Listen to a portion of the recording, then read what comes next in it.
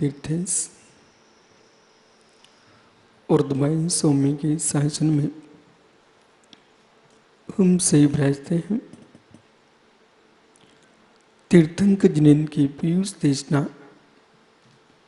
जिनेन्द्रवाड़ी मनुष्य जगत कल्याणी ये सर्वज्ञ शासन नमोस्तु शासन जयवंतो वीतरा श्रवण संस्कृति। भगवत अरहत परमेश्वर तीर्थंकर जनेश्वर देव ने विश्व वसुंधरा को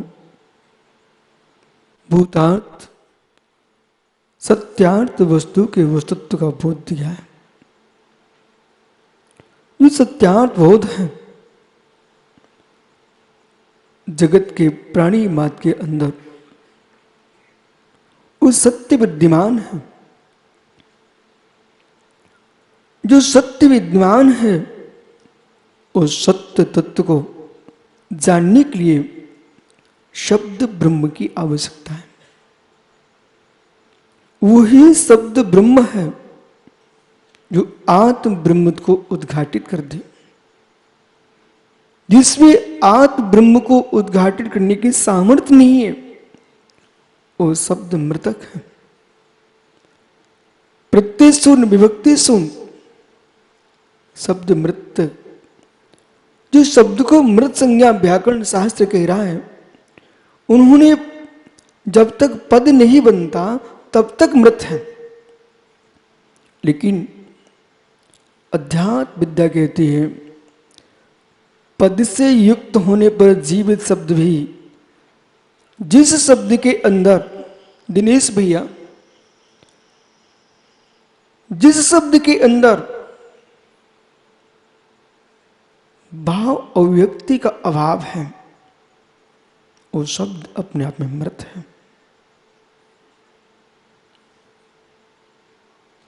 भावों को उद्घाटित करने की जो विद्या है उसका नाम काव्य है।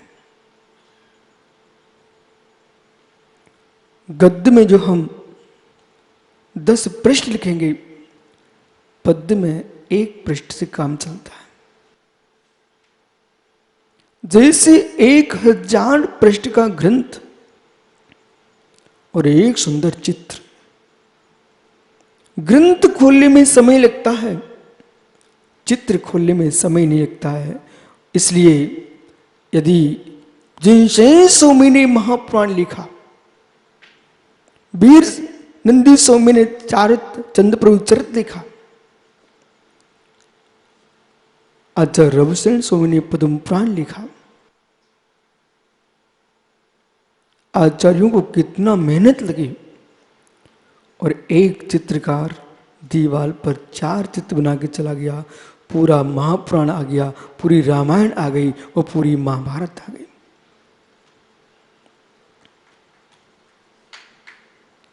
जो चित्र में लिखा है वो मूक है। जिनसे स्वामी ने पारसबुदाय ग्रंथ लिखा, एक प्रतिमाकार ने पारसनाथ की एक मूर्ति बनाई, उस पर एक फण बना दिया, उसने पूरा पारसबुदाय लिख दिया।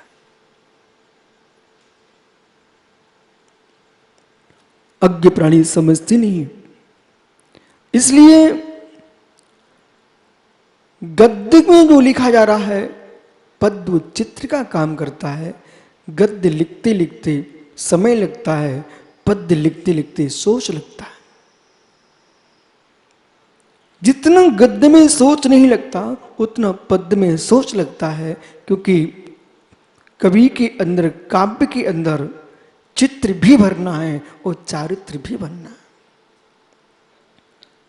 जिसमें चित्त भी हो, चारित्र भी हो, न्याय भी हो, नीति भी हो और लोक भी हो, अलोक भी हो और लोक व्यवहार भी हो, उसका नाम मेरे मित्र काव्य है। जिसके अंदर नदी भी हो, बावड़ियां भी हो, पर्वत भी हो, सरोवर भी हो, पशु भी, पक्षी भी हो, मेघ भी हो तो धरती भी हो, अग्नि हो, अंबर हो, दिगंबर हो, उसके कहते हैं काव्य। अब आप खोजेंगे बोले दिगंबर शब्द का प्रयोग क्यों कर दिया? पंडित जी, वैदिक दर्शन में महाभारत को बहुत प्रसिद्धि दी गई। वो महाभारत को सबसे पुराना काव्य पुराण कहा गया, लेकिन बिना दिगंबर की वो महाभारत में आपने पूर्ण काव्य नहीं बन पाया। ये आप लोगों को बड़े अवसर आनंदित होना चाहिए। एक नगर में मैं कर्नाटक में गया, तो कर्नाटक में एक श्रावक कर्नाटक का कन्नड़ी में बोलता। मैंने कहा मैं हिंदी में बोलो। बोले महाराज जी हिंदी ऐसी है, इस नगर के पूरे क्षेत्र में यहां कोई भी धार्मिक चाहे वैदिक अनुष्ठान हो, जैन हो, किसी भी संप्रदाय का होगा, जब तक जैन समाज का आदमी नहीं बुलाया जाएगा तब तो काम प्रारंभ नहीं किया जाता। उनके ऐसा बोले, हाँ महाराज जी, हमारा वंश कई पीढ़ियों से उस स्थान पर पहुंचेगा तब रथ प्रारंभ होगा। मित्र, वही महाभारत कर्ता को मालूम था, सबको हमने बुला लिया, जब तक दिगंबर मुनि नहीं आएगा तब तक हमारा काव्य मंगलभूत नहीं होगा। ध्रुव मंगल भाव मंगल, चेतन ध्रुव मंगल, अचेतन ध्रुव मंगल, लौकिक ध्रुव मंगल, अलौकिक ध्रुव मंगल।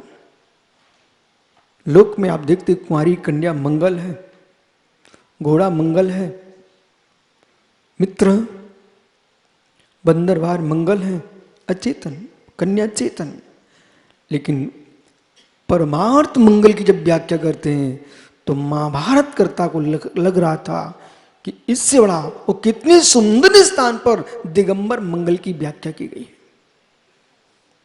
ये निर्गंत मुनीश्वर चेतन ध्रुव मंगल है, वो पीछे का मंडल जो है अचेतन ध्रुव मंगल है, उनसे युक्त दिगंबर मुनि मिश्र मंगल है।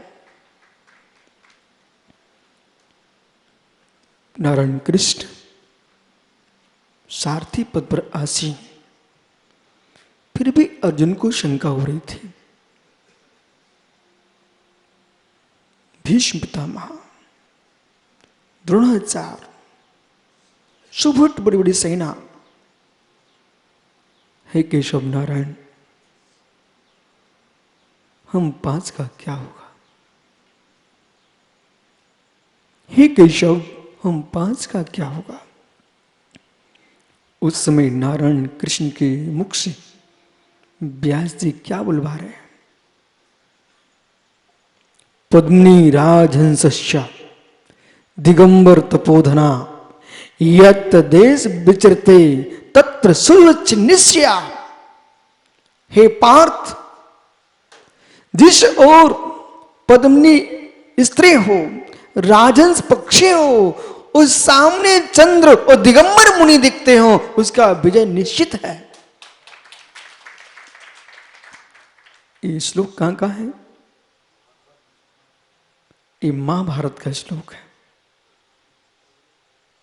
ये महाभारत का श्लोक है और उन्होंने स्पष्ट लिखा हुआ है कि जब तक दिगंबर मंगल नहीं होंगे तब तक कोई मंगल नहीं हो सकता।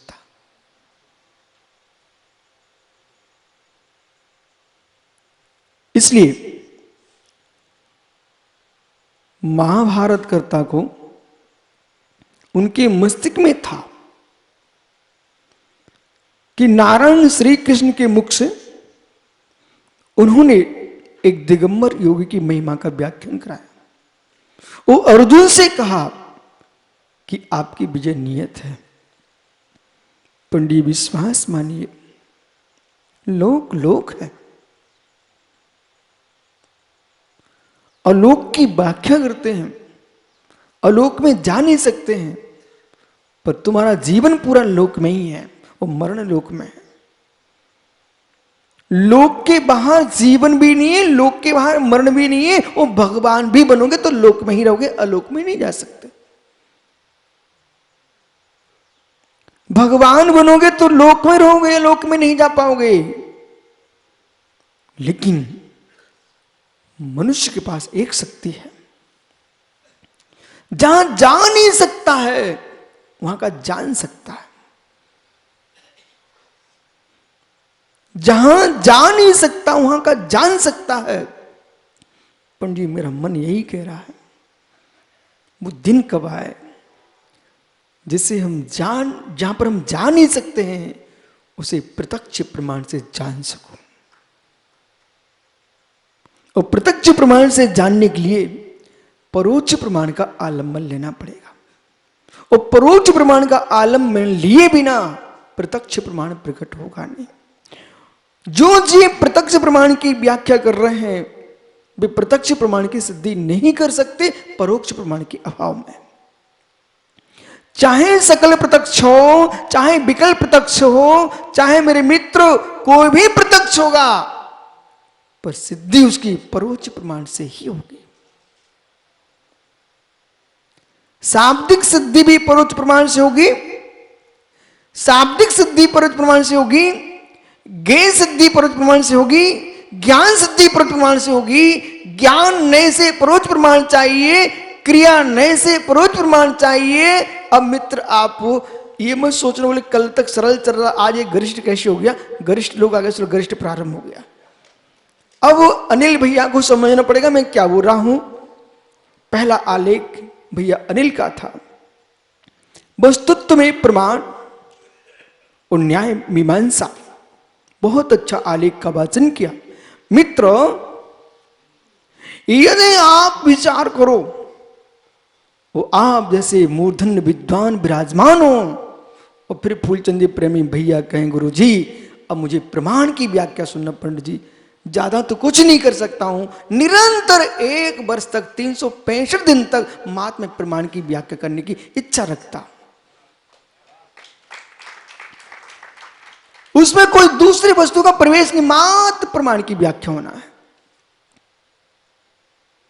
वस्तुत्व प्रमाण है, वस्तु प्रमाण है।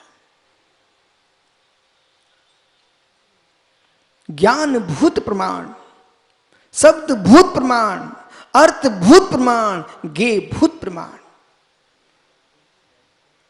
संसार भूत प्रमाण, संसारातीत प्रमाण, लोकालोक प्रमाण, नए में प्रमाण, प्रमाण में नए, निक्षेप में प्रमाण, प्रमाण में निक्षेप।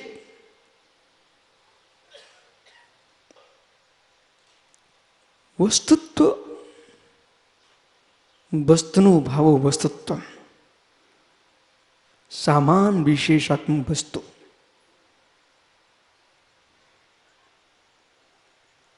सामान विशेषात्मक वस्तु, वस्तुत्व के बाहर जगती पे नहीं कोई वस्तु। पंडित बराबर, वस्तुत्व के बाहर जगती में नहीं कोई वस्तु। कोमल मृदु है वस्तु तो आकाश की बूंद है पानी की वस्तु। मेघ है वस्तु तो दूत भी है वस्तु। पारस है वस्तु तो अभ्युदय भी है वस्तु।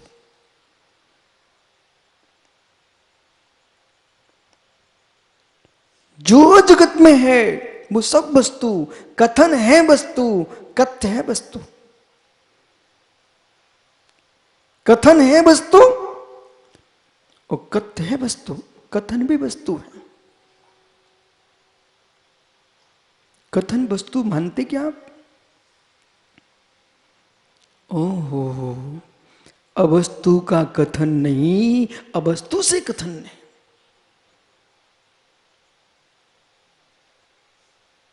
ये तो निमित्त है आपको बुलाने का, ये तो निमित्त है आपको बुलाने का, पर सत्य है। आपकी भाषा बोलूं, किसी को तलब लगती है तो तलब मिटाने अपने स्थान पे पहुंचता है। मुझे भी तलब लगती है तो विद्वानों को बुलाने का मन करता है, पर बिना निमित्त से आते नहीं लोग। अपनी अपनी तलब विषण। आचार्य सोमदेव सूरी ने 18 प्रकार के विष्णु की व्याख्या की है और फूलचंद प्रेमी ने इसका संपादन किया है सत्यार्थ प्रबोध। सत्यार्थ बोध में 18 प्रकार के विष्णु की व्याख्या है। 7 प्रकार के विष्णु को दुनिया ने सुन के रखा है, लेकिन जयकुमार भैया 18 प्रकार का विषण है। वो 18 प्रकार के विषण में कु लगा दो तो कुशन हो जाते हैं और सु लगा दो तो सुविषण हो जाते हैं। विषण खराब नहीं है, विषण शब्द खराब नहीं है। जैसे पाखंडी शब्द खराब नहीं है, ऐसे विषण भी खराब नहीं है। पर क्या करूं, पाखंडी शब्द पाखंड में रूढ़ हो गया, जबकि समंतदेव स्वामी ने पाखंड मूर्ता का है। पाखंड मूर्ता नहीं है, पाखंड मूर्ता है। समझ रहे मैं क्या बोल रहा हूं? एक सब अनुभव भैया ये धीरे से सुब्रत साहब मेरे कान में बोल रहे थे, बोले गुरुजी नरक जाने वाले को कहां बिठा दिया आपने। हे मित्र, जिन शासन है ये नियत नय की भी व्याख्या करता है, अनियत नय की भी व्याख्या करता है। यदि आयु बंद कर चुके हो तो नियत नय में जाओगे, वो अभी आयु बंद नहीं किया तो टेंशन मत लो, अनियत नय में हो। जरूरी नहीं है कि वकील नरक ही जाएगा, वकील अच्छे काम करेगा तो मोक्ष भी चला जाएगा। अब पाखंड जो शब्द है, पूरे जैन आगम ग्रंथों में पाखंड की महिमा गाई गई है। पाखंडी लिंग, एक किसका लिंग है पंडित जी? जयकुमार भैया, पंडित साहब ये किसका लिंग है? कौन दिख रहा है आपको? पाखंडी। पर क्या करूं, पाखंडी ग्रही लिंग पाखंडी लिंग, 2 शब्दों का प्रयोग किया कुंद कुंद देव ने, कुंद कुंद स्वामी ने, समय सार जी बराबर। ग्रही लिंग हो पाखंडी लिंग, तो ग्रही लिंग, ये ग्रही लिंग बैठा हुआ है सफेद कपड़े पहने, ये ग्रही लिंग है। इलक छुल्लक ये क्या है? ग्रही लिंग है। उत्कृष्ट श्रावक है, ब्रह्मचारी ग्रही लिंग है। दिगंबर मुनि जो है वो पाखंडी लिंग है। ये पाखंडी है, जो पापों का विखंडन करें, वे पाखंडी। लेकिन जब लोगों ने अनेक रूप बना लिए तो पाखंड उपहास में चला गया कि तू पाखंडी है। मित्र, पाखंडी होने के लिए घर छोड़ना पड़ता है, पाखंडी होने के लिए पाप छोड़ना पड़ते हैं, पाखंडी छोड़ने के लिए मोह का विसर्जन करना पड़ता है। पाखंडी होने के लिए शुभ वस्तु के वस्तुत्व में लीन होना पड़ता है, तब जीव पाखंडी बन पाएगा। लेकिन पाखंड शब्द बदनाम हो गया, शब्द को बदनाम कर दिया। ऐसे विषय शब्द है वो गलत नहीं है। विषय शब्द का जो अर्थ है वो आदत है, लेकिन खोटी आदत को हमने शब्द विषण में रख दिया, कुविषण। विषण जब तक नहीं लगेगा तब तक किसी भी श्रेष्ठ कार्य की सिद्धि नहीं हो सकती।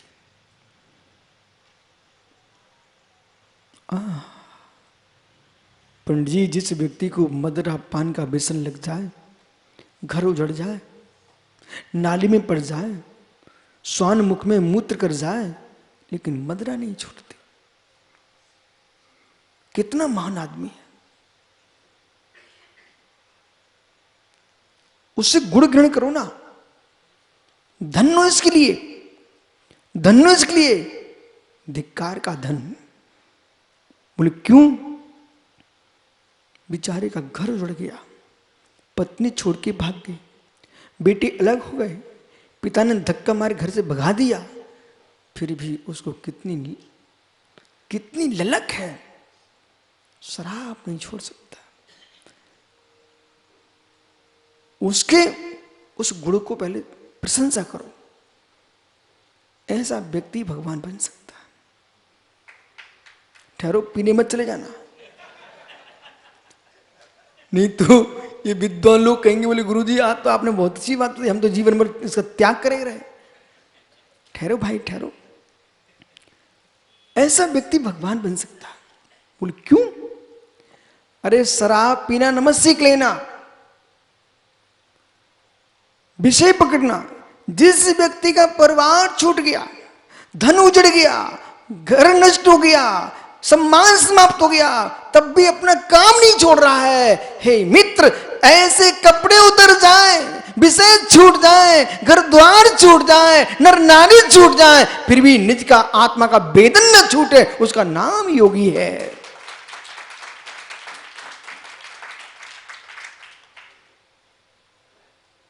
जरा सी चड्डी खिसकाओ तो हाथ पकड़ लोगे फूलचंद प्रेमी जी।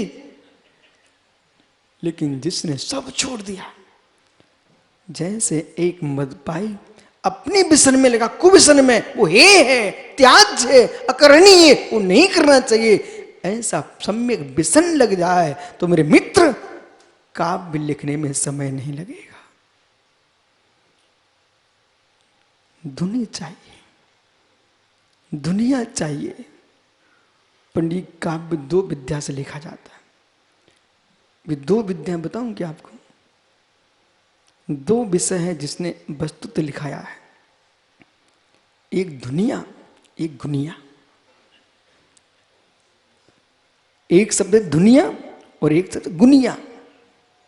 गुनना नहीं आता तो कलम नहीं चलेगी, और धुन नहीं चलेगी तो लिखने बैठ नहीं पाओगे।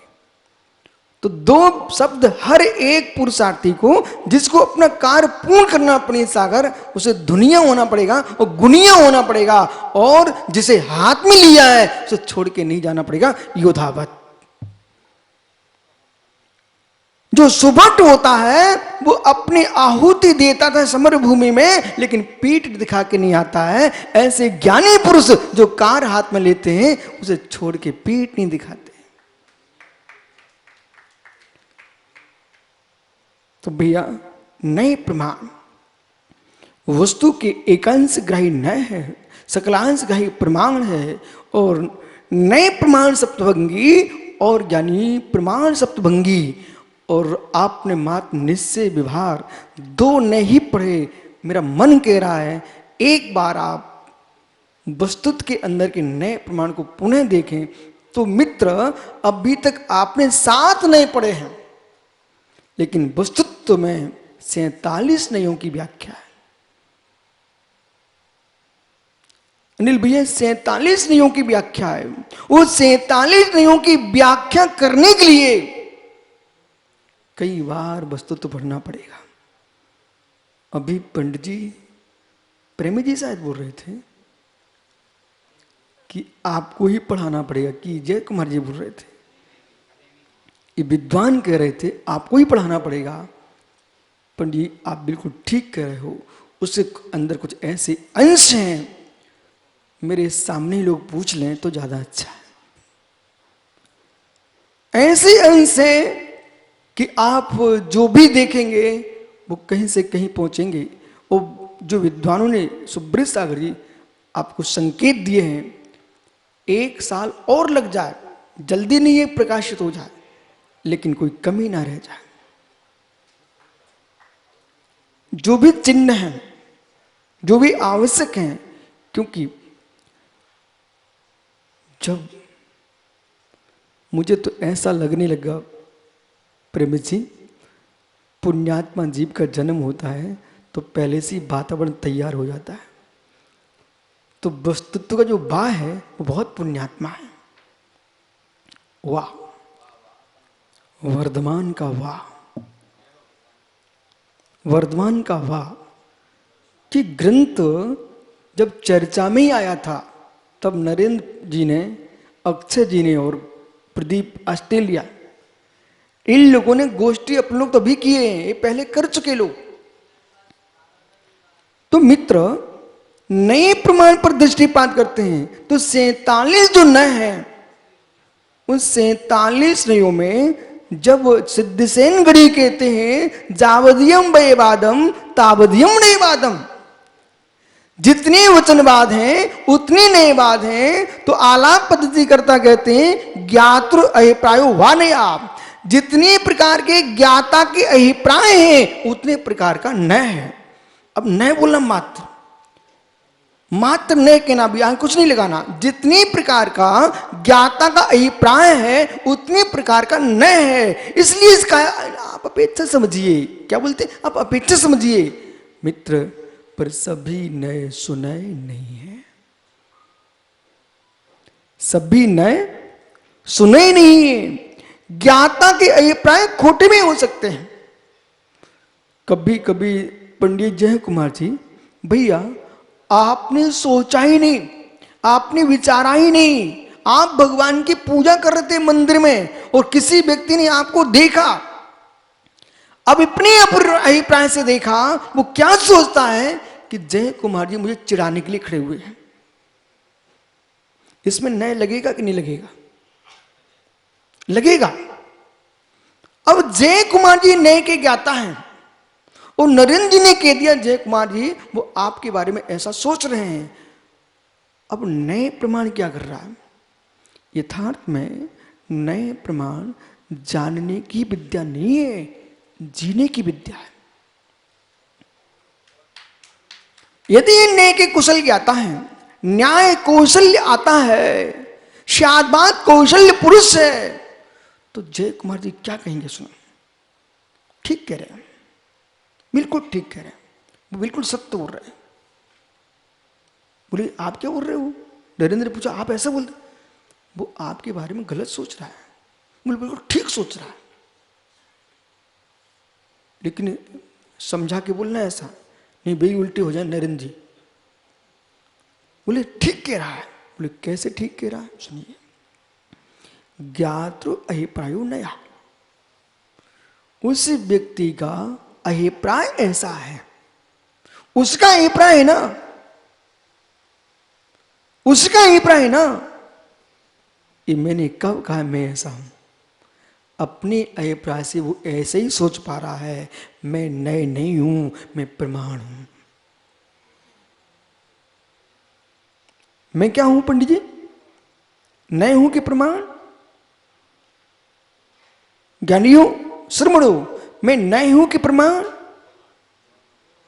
मैं नए नहीं हूं, मैं प्रमाण हूं। घबराओ मत, मैं नए नहीं हूं, मैं प्रमाण हूं। वस्तु अंश नहीं हूं, मैं वस्तु हूं। मैं नए नहीं हूं, मैं प्रमाण हूं। आप पुनः पुनः समझो, मैं क्या हूं? प्रेमी जी मैं क्या हूं? नए हूं कि प्रमाण?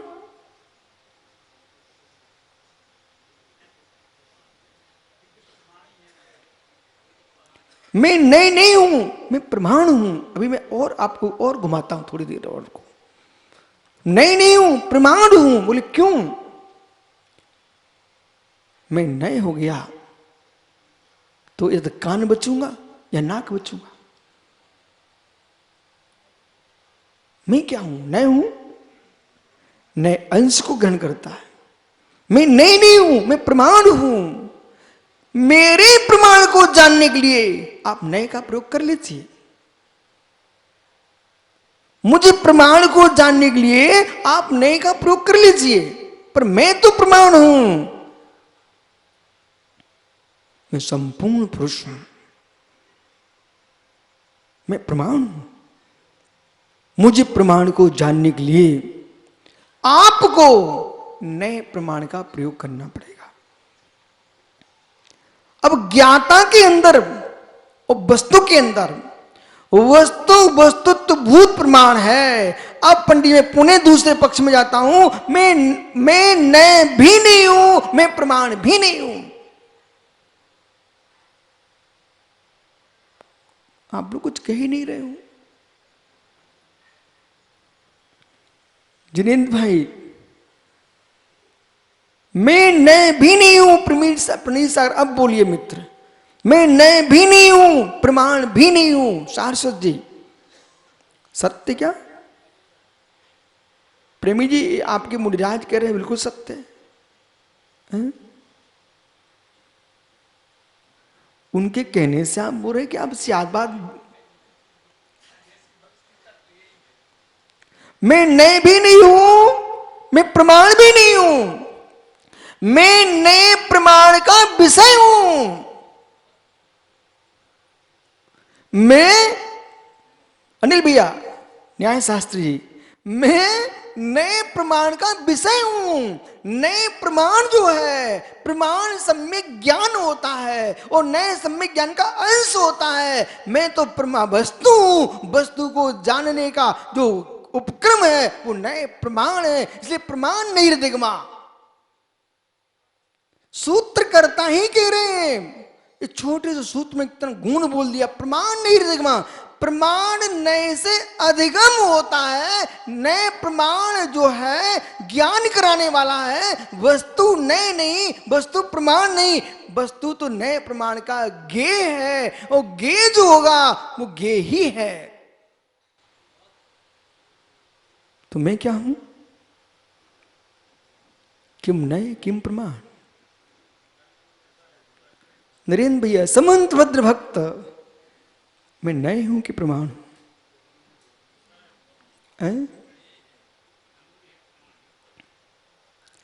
मैं जीव वस्तु हूं, मैं जीव वस्तु हूं और जीवत्व हमारा वस्तुत्व है। बराबर, जीवत्व हमारा वस्तुत्व है,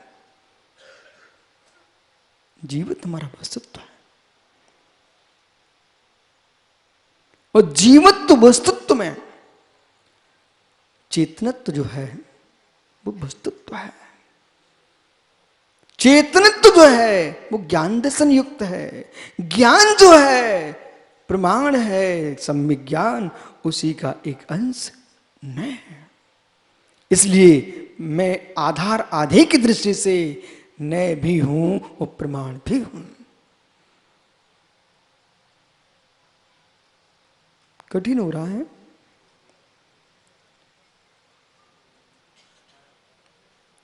घबराओ मत,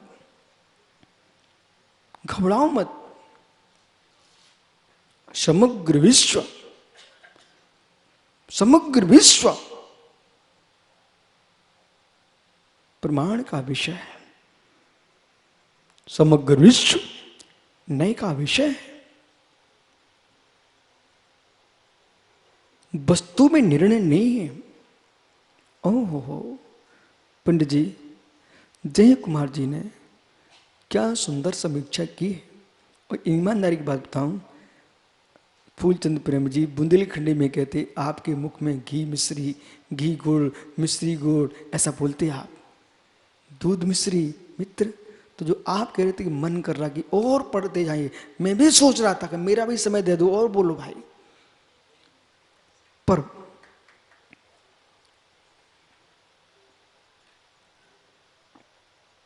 वस्तुत्व की शास्त्रीय समीक्षा, बराबर शास्त्रीय पद्धति। तो एक ज्ञानी ने हमसे कहा कि आप जो वस्तुत्व लिख रहे हो इसमें कोई बाहर की बातें तो दिख नहीं रही है। मैंने कहा मित्र, बाहर से बाहर कोई वस्तु लिखी नहीं जाती और भीतर से बाहर कुछ लिखा नहीं जा सकता।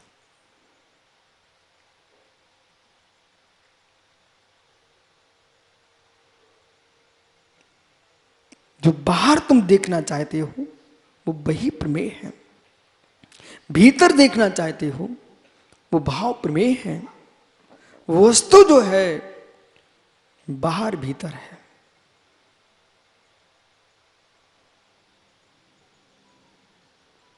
वस्तु कैसी है? बाहर भी है भीतर भी है। जड़ नहीं होगी तो शाखाएं कहां होंगी, और शाखाएं नहीं होगी जड़ को कौन पहचानेगा। वृक्ष की शाखाएं हैं तभी जड़ का बोध होता, निर्गुण सागर जी। और जड़ें हैं तभी शाखाएं टिकी हैं। अंतरंग वैरंग वस्तु का वस्तुत्व है। लिखा गया वस्तुत्व वस्तु से, लिखा गया वस्तु से, पढ़ा गया वस्तु से और पढ़ने वाला वस्तु। इन शब्दों में दार्शनिकता खोजिए। अनिल भैया कहाँ गए? मित्र मेरी तरफ देखना जरा, इसमें दार्शनिकता खोजिए। मैं फिर से कहता हूं, विषय सुनना। लिखा गया वस्तु से, लिखा गया वस्तु को पढ़ा जाएगा, वस्तु को पढ़ा जाएगा वस्तु से। नहीं माया, नहीं माया, नहीं माया, अवस्तुभूत अविद्या भी विद्याभूत, विद्या भी अविद्याभूत, विद्या नहीं वस्तु सुन। दर्शन खोजो, दर्शन खोजो। पंडित जय कुमार जी जिन्हें दर्शन का ज्ञान नहीं है, वे संज्ञा में चले जाएंगे, वो व्यक्ति में चले जाएंगे। वो मैं कहां हूं इन्हें मालूम ही नहीं अभी। वस्तुत्व को मित्र हमने कैलाश पर्वत पर बैठ के लिखा। वस्तुत्व को हमने मित्र तिरुपति बालाजी में लिखा। वस्तुत्व को हमने केदारनाथ पे लिखा। वस्तुत्व को सम्मेशिखर में लिखा। वस्तुत्व को गिरनार में लिखा। वस्तुत्व को मेरे मित्र चम्मिल के तट पर लिखा। वस्तुत्व को नर्मदा के तट पर लिखा, गंगा के तट पर लिखा, विश्व की कावेरी और जितनी बड़ी बड़ी नदियां सबके तट पर बैठ के लिखा। उसका नाम वस्तुत्व है। अपने अफगानिस्तान में वस्तुत्व लिखा, श्रीलंका में वस्तुत्व लिखा, पाकिस्तान में वस्तुत्व लिखा। अब करो प्रश्न आप।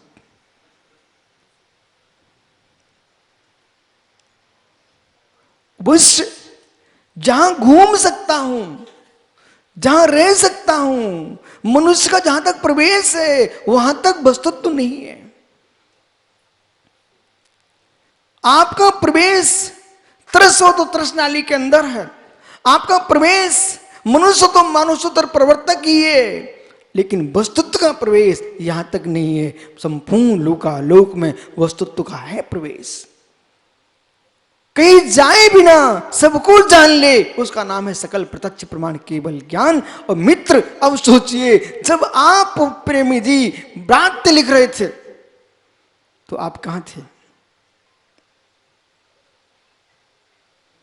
बोल दो मैं बनारस में था। नहीं, बनारस में तुम लिख ही नहीं सकते हो।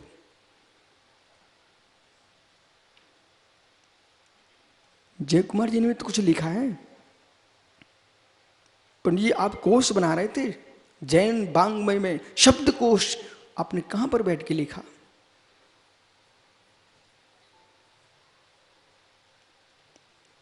नया सोच आपको लग रहा है, पर नया सोच नहीं दे रहा हूं। जो है वस्तु का प्रमेय, वस्तुत्व का, वो मैं आपको बता रहा हूं।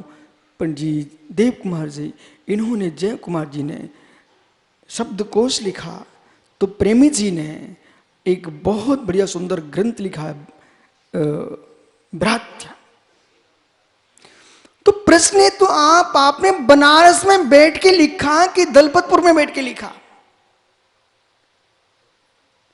मित्र, तो आप भ्रात लिख रहे थे तो कभी आप जिनेवाणी में होते थे, कई वेदों में होते थे। भूमि की अपेक्षा से शरीर के अधिकरण में तुम बनारस में लिख सकते हो, पर ज्ञान के गेय के अधिकरण में बनारस में नहीं लिखा। वेदों से में लिखा, पुराणों में लिखा, उपनिषदों में लिखा, जिनेवाणी में लिखा। मित्र बराबर है कि नहीं? जब ये लिख रहे थे शब्दकोश, जय कुमार जी तुम एक कभी श्री धवला में थे, कहीं महाबुंद में थे, तो कभी प्रवचन सार में थे, मूलाचार में थे, तो कभी महापुराण में, तो कभी पद्म पुराण में थे, तो कभी श्राप का चार में थे। यदि यहां नहीं घूमे तो इनका कोष अधूरा। पंडित बराबर कहां थे?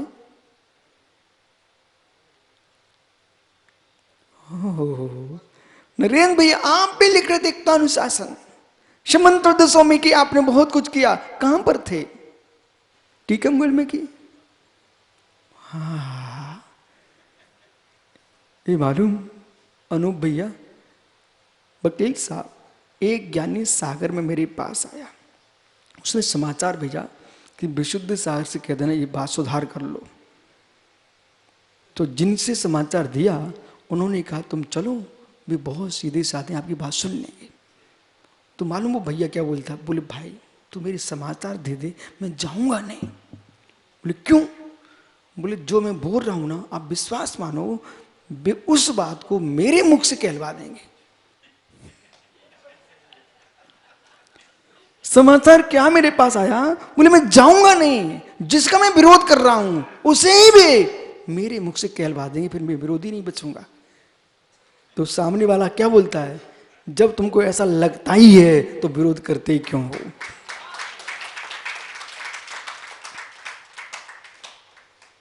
विराट, विराट।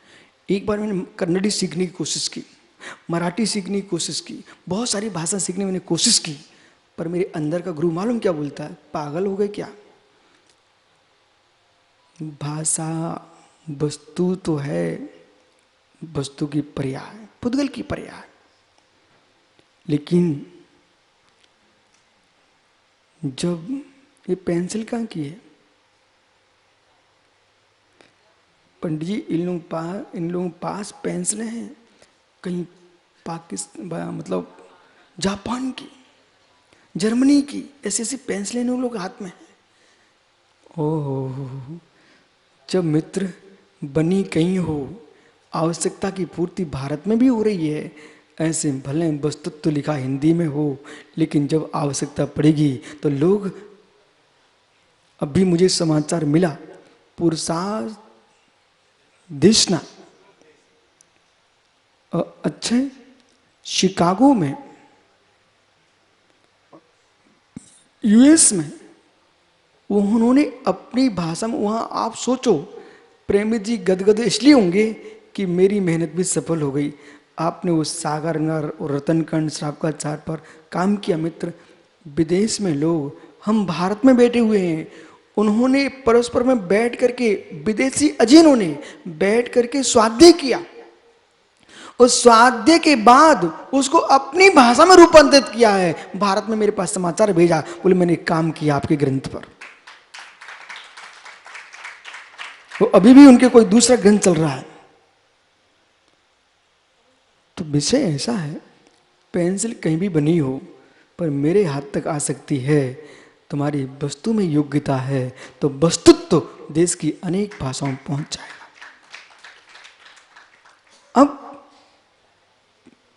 आपने कहा कहां लिखा, अच्छे पूछने आया था मेरे से, बोले कहां लिखा। मैंने कहा मित्र शरीर से पूछता है तो औरंगाबाद कचनेर के क्षेत्र में नहीं लिखा,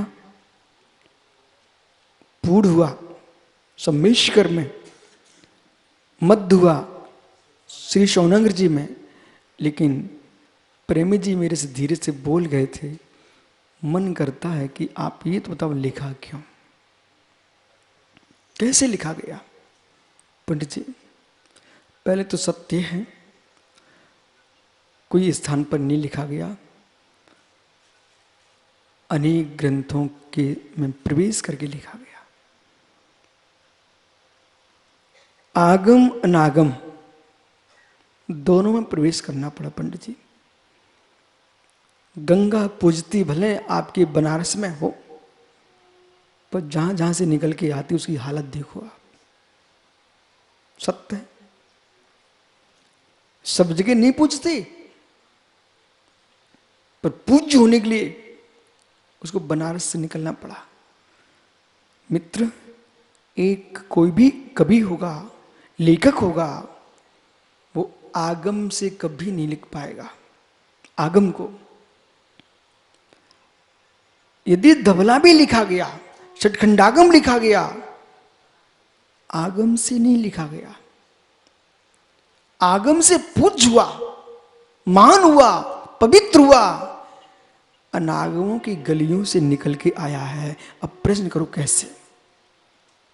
जब तक अब आपने कहा विश्व का कोई करता न हरता, ये शब्द आपने बोला। अभी पंडित जी ने कितने सारे काव्य सुनाए थे।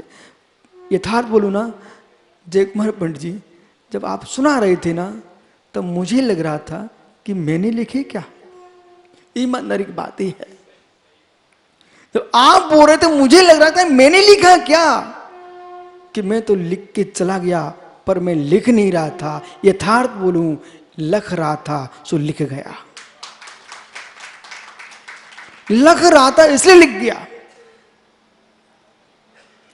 अनागमों में कैसे प्रवेश, जब कहा सृष्टि उत्पन्न नहीं नष्ट नहीं, अविनाशी है अविनाशी थी अविनाशी रहेगी, काव्य बन गया, परंतु अनागम में प्रवेश हुआ कि नहीं। बस अंतिम पंडित, अनागम में प्रवेश हुआ कि नहीं। ध्यान दो, सृष्टि उत्पन्न नहीं, अनुत्पन्न नहीं, नष्ट नहीं, रक्षक नहीं, उत्पादक नहीं, नाशक नहीं, है अविनाशी, उत्पाद भय ध्रुव से युक्त सतभूत। एक काव्य बन गया, इसमें अनागम में प्रवेश हुआ कि नहीं। रहस्य, रहस्य अनागम में वर्णित सृष्टि करता हरता धरता जब तक दिखाई नहीं देंगे तब तक आप आगम की बात कैसे रखोगे। रोगी होने के लिए गए थे कि निरोगी होने के लिए गए थे, डॉक्टर के पास आप निरोगी होने भी गए हो तब भी आपको स्मरण रोग का ही करना पड़ा। रोग का स्मरण किए बिना आप निरोगी हो नहीं सकते हो। इसलिए ज्ञानियों मिथ्यात का स्मरण किए बिना सम्मित को प्राप्त कर नहीं सकते हो। आप किसे छोड़ने आए ये तो बताइए। बराबर, यदि मिथ्यात का ज्ञान नहीं है और सम्मित का ज्ञान नहीं है तो किसे ग्रहण करोगे, किसे छोड़ोगे। बिन जाने तो दोष गुण को कैसे तजिए गई है। पंडित जी, ओह बस अंतिम बात आपने कहा क्यों लिखा, वो तो ठीक है पंडित जी। एक बार आपके दलितपुर में आया आचार्य विराग साहब के साथ, क्षुल्लक था, नैनागिरी गया, पूरे बुंदेलखंड तीर्थों की वंदना किए, नैनागिरी से दलपतपुर भी गया। वो आपके ही परिवार में मेरा आहार भी हुआ। तो भी बोले हमारे चाचा प्रेमी जी हैं।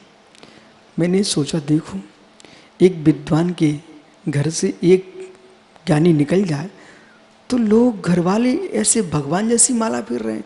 आपको नहीं पता कि जितने आप विद्वान बैठे मुनिराज बैठे हो, आपको आप सामान्य हो, तुम्हारे घर के लोग तुमसे ज़्यादा फूलते हैं। आप विश्वास मानो, आप अपने घर की शक्ति हो। जब समाज प्रसन्न होती है तुम समाज की शक्ति हो, देश प्रसन्न होता है देश की शक्ति हो। उन्होंने कहा मेरे चाचा पंडित जी, अब मैं क्षुल्लक था, छोटा सा, सब सुनता रहता था। ऐसे बिहार होते होते संग टीकमगढ़ भी आया। टीकमगढ़ में वाचना चल रही थी ग्रीष्म काल की। माज मंदिर से पपौरा रोड पर पूरा संग शुद्धि को जाता था जंगल में, और वहीं पपौरा रोड पर कुंभकारों के बहुत घर हैं। वहाँ गधे भी घूमते रहते थे और कुम्हार मटके बनाते रहते थे। अभी भी हैं, नरेंद्र पंडित जी को मालूम है, पपौरा रोड पर कुम्हारों के बहुत घर हैं। पंडित प्रारंभ देखो क्या होता है। ये घटना 1990 की है। वहां पर एक कुंभकार घड़ा बना रहा था। मुनि विराग सागर जी आगे आगे जा रहे थे, उनके पीछे मैं छोटा सा 17.5 वर्षीय क्षुल्लक उनके पीछे चले आ रहे थे। अचानक कुंभकार जो मटका बना रहा था वहां पर कुछ आवाज आई। वो आवाज कुछ नहीं थी, वो मटके बनाते बनाते गाने सुन रहा था। वो पहले वो आते थे ना रेडियो, वो गाने सुन रहा था और मटके बना रहा था।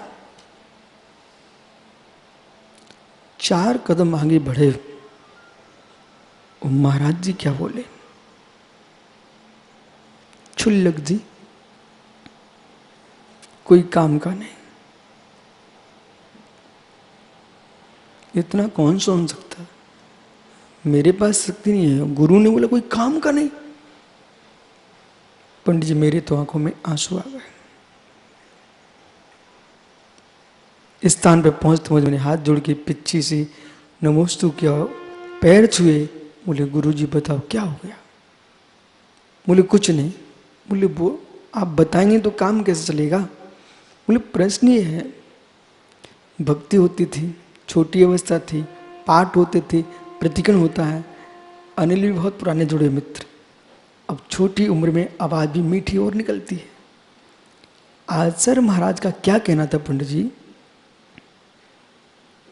तुम कुछ जानते तो हो नहीं हो। बोले कंठ तो तुम्हारा सुरीला है। उन्होंने क्यों बोला, वो रेडियो बज रहा था। मैं कुछ भी नहीं बोल सका और फपक फकफक के मेरी आंखों में और आंसू टपकने लगे। और मैंने कारुसर किया कि गुरु की भावना मैं समझ चुका हूं। प्रभु मान बंद में पारसनाथ विराजमान है, आपने दर्शन किए होंगे। मैं भगवान के पास गया, भगवान कुछ नहीं कर सकूं, गुरु की इच्छा की पूर्ति हो सकती हो तो हो जाए।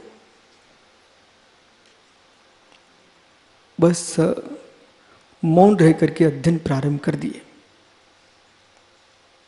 फिर चलते चलते जीवन व्यतीत हुआ। अनेक गोष्ठियों में आप तो भाई, मैंने आपको आचार्य बिमल सारे संघ में भी देखा था, सोनागिर में।